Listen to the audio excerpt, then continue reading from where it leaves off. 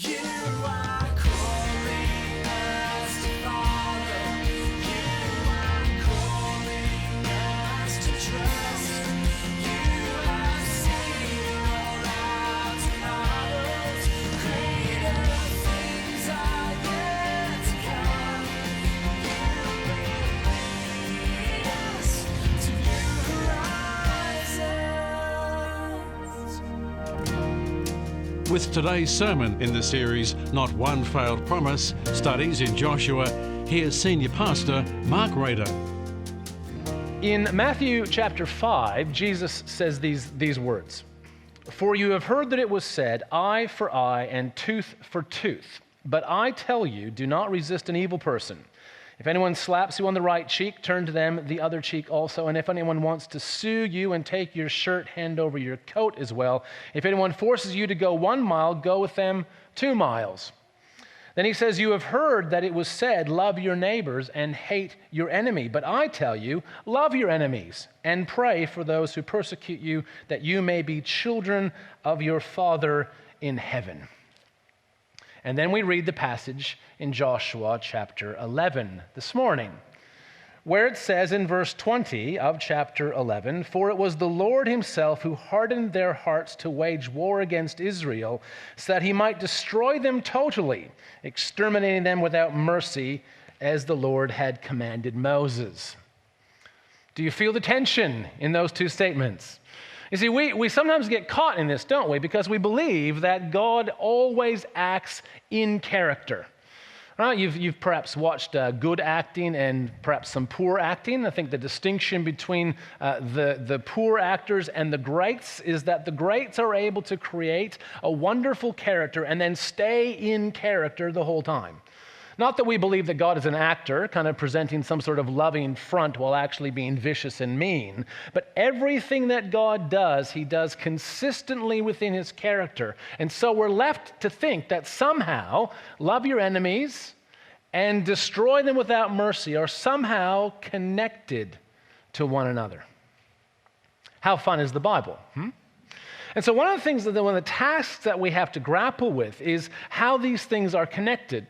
You see, Joshua chapter 10, verses 16 to the end of chapter 12, the section that we're looking at here, basically lists all the kings that were defeated by the people of Israel and Joshua, 31 in total, plus a couple of kings on the eastern side of the Jordan.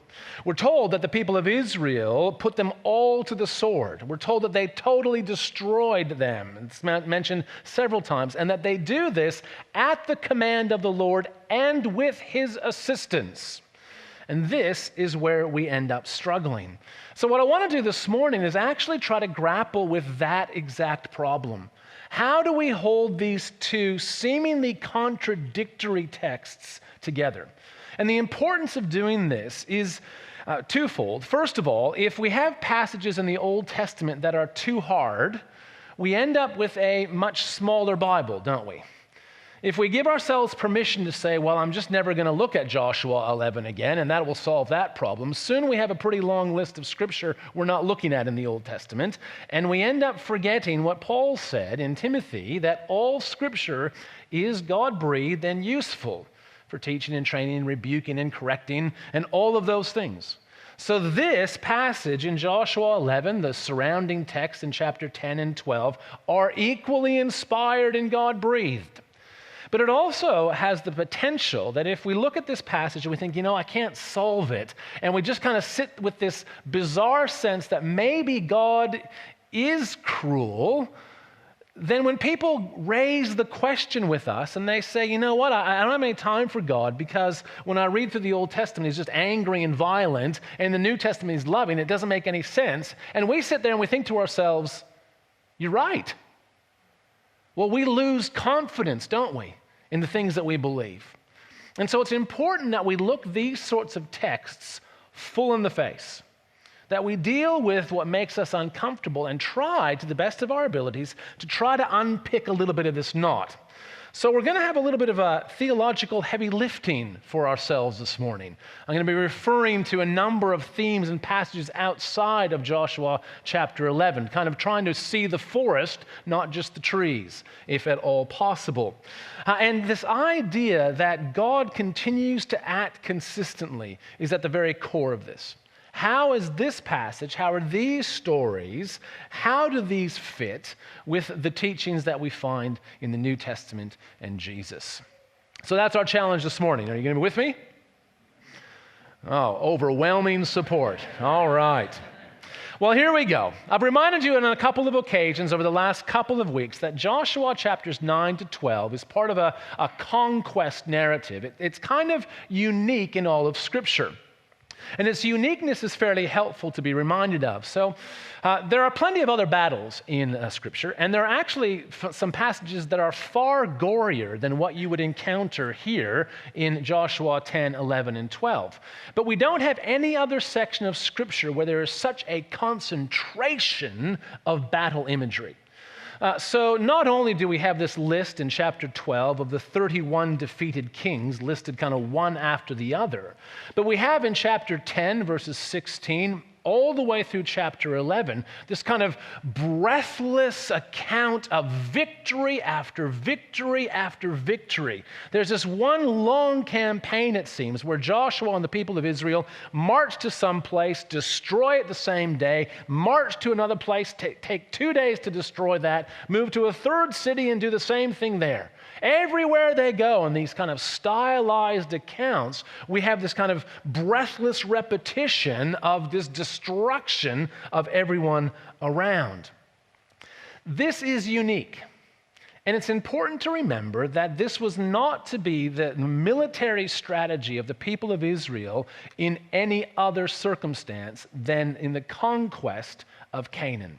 This total extermination, this total destruction, this dedicating of the people and the property over to the Lord by destroying them is not business as usual in the rest of Scripture.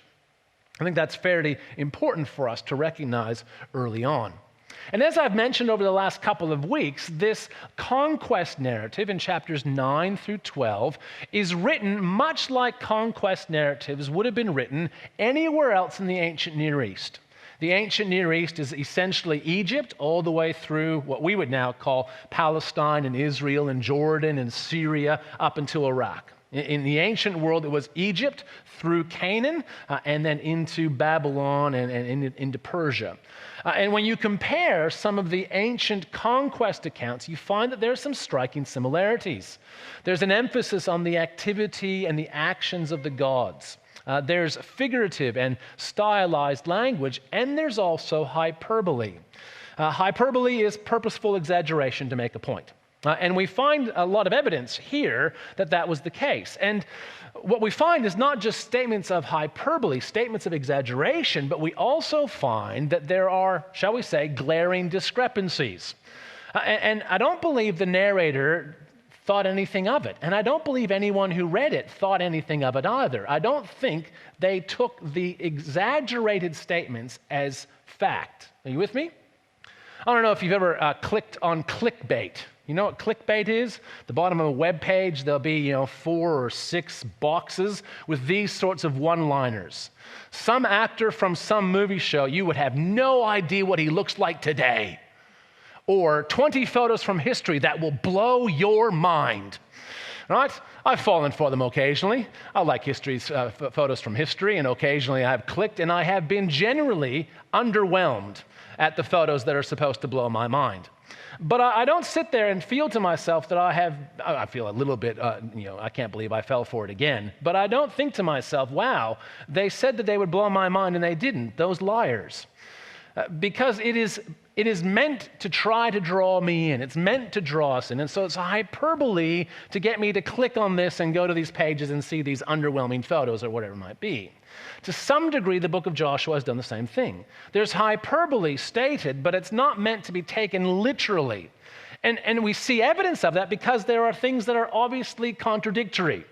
So the section that we're looking at here in chapter 11, verse 16, begins with Joshua taking the entire land and then mentions the hill country.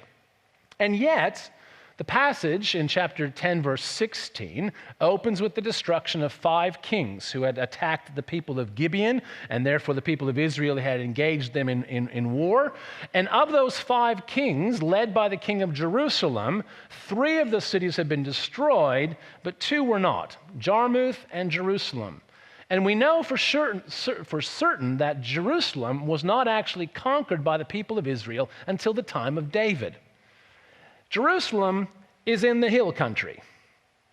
So the author is not here trying to convince us of things that aren't true. The author is saying Joshua conquered the territory. He had control over the area. Yeah, there might have been 1 or 2 exceptions to the rule, but generally speaking, he'd conquered the whole lot. This is how we're to read it.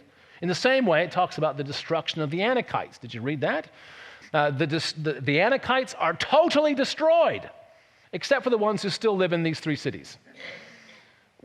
Okay, well, what is the author getting at? Well, the author is getting at that the battle against the Anakites was comprehensive in its victory. The back of their power was broken, and the people of Israel established themselves. And that's, I think, important when we kind of move on in our engagement with this. But let me come back to verse 20 again, where it says, "It was the Lord himself who hardened their hearts." And one of the things that I think is quite interesting about the book of Joshua is the number of parallels there are with the book of Exodus. We've encountered a handful of them along the way, mostly focused on the persons who lead the texts, Moses in the book of Exodus and Joshua here. So both Moses and Joshua have encountered the Lord and then had to take their sandals off because they're standing on holy ground. Moses when he's called by the Lord at the burning bush, and Joshua just before the city of Jericho. They've both also had major bodies of water part before them. Moses at the Red Sea and Joshua with the Jordan River. Both of them have celebrated fairly important Passovers. Under Moses, it was the first Passover when the people were led out of Egypt. For the people of Israel under Joshua, it was the first Passover in the land when the Lord had provided for them. They've also both contained curious stories about circumcision. Moses is met by the Lord on his way to Egypt, and the Lord tries to kill him until his 2 sons are circumcised. Another interesting and tricky passage of Scripture. And Joshua, when the people of Israel come into Canaan, the first thing they do is to circumcise all the fighting men. And now we have yet another parallel, the hardening of hearts. Because the hearts of the Canaanites have been hardened, but if you remember the story of the Exodus, the heart of Pharaoh and his officials are also hardened. Now, that's a little bit more complicated because in those passages, we actually hear that in some cases, Pharaoh hardened his own heart, and in other cases, the Lord hardened his heart. And we'll come back to that in just a moment. But I think the parallels are meant by the narrators, by the storytellers, to tell us that these 2 stories of salvation from Egypt and of being settled in the land are actually 2 parts of the same story. Different characters, different contexts, different geography, different purposes, but ultimately the rescue from Egypt and the establishment in the land are both of the same type. They are both expressions of the faithfulness of God to his promises. The promise to bring his people out of Egypt and to settle them in the land. But they're connected a little bit more deeply than that, because those promises were made to the patriarchs, to Abraham, to Isaac, and to Jacob. And if you go back to Genesis chapter 12 and then look at the reiteration of the promises in chapter 17 and again in 15 and again in 21, you'll see that the whole reason why God had promised that Abram would become a nation and that nation would settle in Canaan was so that God could bless the world. The salvation from Egypt and the settling of the people of Israel in the land of Canaan was meant to be a blessing to the nations. Now, I think this is a fairly important key for us, even though at one level it seems to take us a step further from a solution, because how is destroying people a blessing to anybody? But the people of Israel were to be a blessing to the world, and the way they were to be a blessing to the world is fairly critical. The people of Israel, as one of my colleagues describes them, were meant to be a display home for the world. You know how a display home works? Right? You've seen the blueprints and you've looked at a particular design. You think, yeah, that looks okay. But you actually go to a display home that is built to scale and you can actually wander through the place. It might have some furniture in it, so you can kind of go, oh yeah, our lounge looks about that same size, and yeah, our television could fit here, and Jimmy could be in that room, and Susie could be in that room, and all those sorts of things. You can actually see it lived out. To some degree, the people of Israel were to be a display home for the world. They were there to be an example, a living, breathing example of what it meant to be in relationship with God. They were to be a conduit of blessing to the world by showing them what it looked like to live in relationship with the one true God. And this is why the Canaanites were to be destroyed. Because the people of Canaan worshiped other gods. And they worshiped other gods who had within their kind of systems of lifestyle extraordinary wickedness, wrapped up in sexual immorality and child sacrifice. And if the Canaanites were allowed to stay, Deuteronomy chapter 7, they would lead the people of Israel into idolatry and wickedness, and the people of Israel would cease to be the display home for what it looks like to be in relationship with God, and it would simply be a display home for what it looked like to be a Canaanite. And there would be no blessing for the world.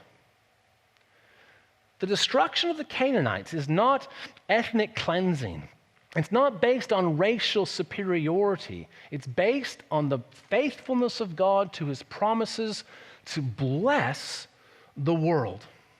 The mighty acts of salvation, bringing them out of Egypt and bringing them into the land, were meant to inspire trust and confidence in the people of Israel, that they might always trust the Lord, that they might also be faithful to him and be the blessing that God had desired them to be.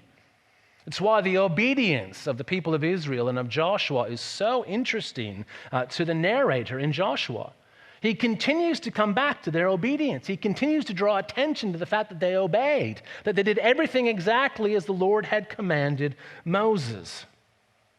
And then there's this one other tiny little detail. Don't know if you noticed it. But in chapter 11, verse 19, it says this: except for the Hivites living in Gibeon, not one city made a treaty of peace with the Israelites. It's followed, of course, by the verse that we've looked at, that God hardened the hearts of all the other nations. But it's introduced by this little statement that the Gibeonites, or the Hivites who lived in Gibeon, were the only nation to make a treaty of peace. And the initiation is from them to Israel.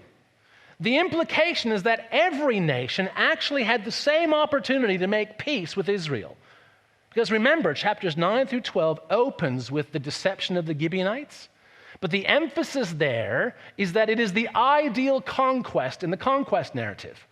In a narrative that's focused on conquering the land, it actually begins with the ideal conquest. And what's that ideal conquest? When people make a confession of faith in who God is and are incorporated into his people. That's the ideal.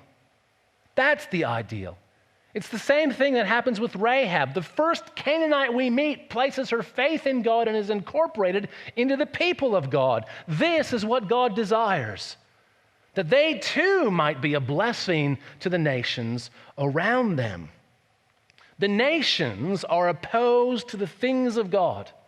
And here's the very heart of the mystery of the hard hearts. They are opposed to the things of God, and God uses their hard hearts to bring them to judgment. They are already opposed to the things of God, and God uses that to bring them to judgment. This is the very heart of the mystery. We don't have time to unpack that. I don't think anyone has enough time to unpack that mystery, but this seems to be what's taking place here. And to some degree then, the judgment of the Canaanites for their wickedness is actually part of God's plan to restore and renew all things and to bless all nations. Because surely if our world is to be restored, wickedness must be dealt with, mustn't it? Injustice needs to be dealt with. And judgment is not inconsistent with the character of God. It is part of all that he does.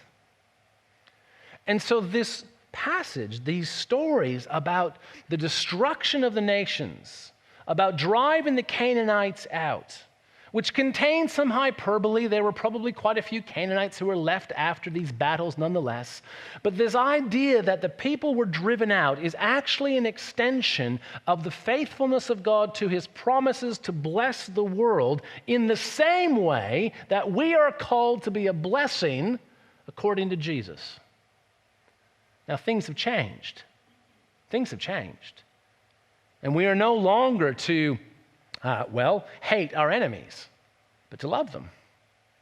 We are no longer called to strike back and retaliate, but are called instead to turn the other cheek.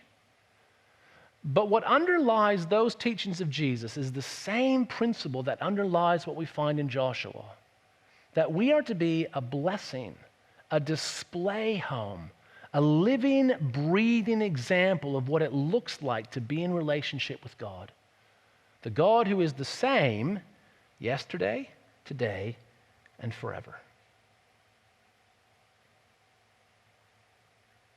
I'm going to ask if that makes any sense, but I'm not sure that's the right question to ask. But do you see how these things are on the same page? They're on the same spectrum, that they fit within the consistent character of God. Even though the way in which they're framed up strike us as so odd and contradictory, that they do nonetheless form a pattern that is predictable because it's based on the character and motivation of God to bless. The difficulty, of course, is to wonder then, what in the world are we supposed to do with this? Do we just leave with a little bit more head knowledge? A little bit better understanding of a particular text, or is there something more in this? And while we don't have time to dig too much within the text, I do want to ask, what do you think, or who do you think read these at the very beginning? And one of the questions that Bible scholars ask about the book of Joshua is when it was finished. Who read it when it was finished? Who was it written for? Who was it all compiled for? And there's a whole bunch of different answers. There's a number of pieces of evidence that suggest that it was not written for the people of Joshua's time, but were written for the people after Joshua's time. The biggest indicator is that it tells us that Joshua died. So that's the end. So obviously it was written after that had taken place. But if this was written for people after Joshua, why did the author want them to read this? What were they supposed to learn? I think there are a few things that we've kind of touched on here, one of which I think has some implications for us. I think when people read this, they were meant to be challenged, encouraged again by God's faithfulness to his promises, his provision to his promises, his active provision, his active faithfulness in not only rescuing his people, but bringing them into the land. I think that they were meant to be struck with reference again to the Hivites in Gibeon with God's plans to bless and to invite and to incorporate people into his people, into those who are faithful. But I also think that it was therefore meant to challenge the readers about their understanding of their purpose as God's people. I don't think this was meant to kind of lead the people who read it to go, yeah, stick it to the Canaanites. I'm so glad we got them all. Don't think that's the purpose of this text. I think that this text points the people of God towards their purpose. If God was faithful to bring them out of Egypt, to plant them in the land, if he was faithful to provide, if he was calling them to faithfulness, then they were called to be a blessing to those around them. And the question is, were they? And nothing has changed for us. We are still the people of God, called to be a living, breathing example of what it looks like to be in relationship with the one true God. And we are called to be a blessing to those around us. Are you? Are we? This is part of the question raised by these texts, as troubling as they may be.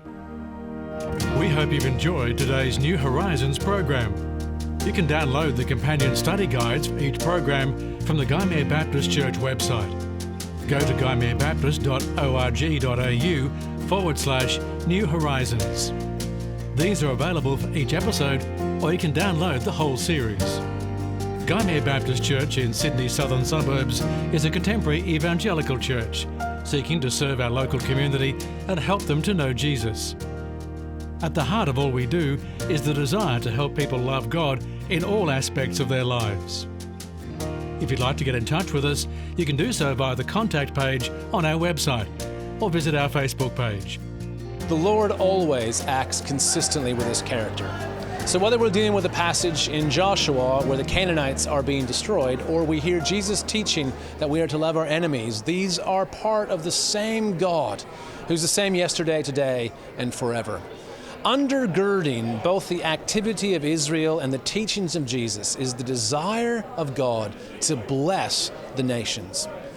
And He calls each one of us to be a blessing, to be a living, breathing example of what that looks like to be in relationship with Him. I trust that you've been encouraged not only to understand this tricky passage, but that you have also been encouraged to consider how you've been called to be a blessing to those around you. Have a great week. God bless. We hope to see you again soon.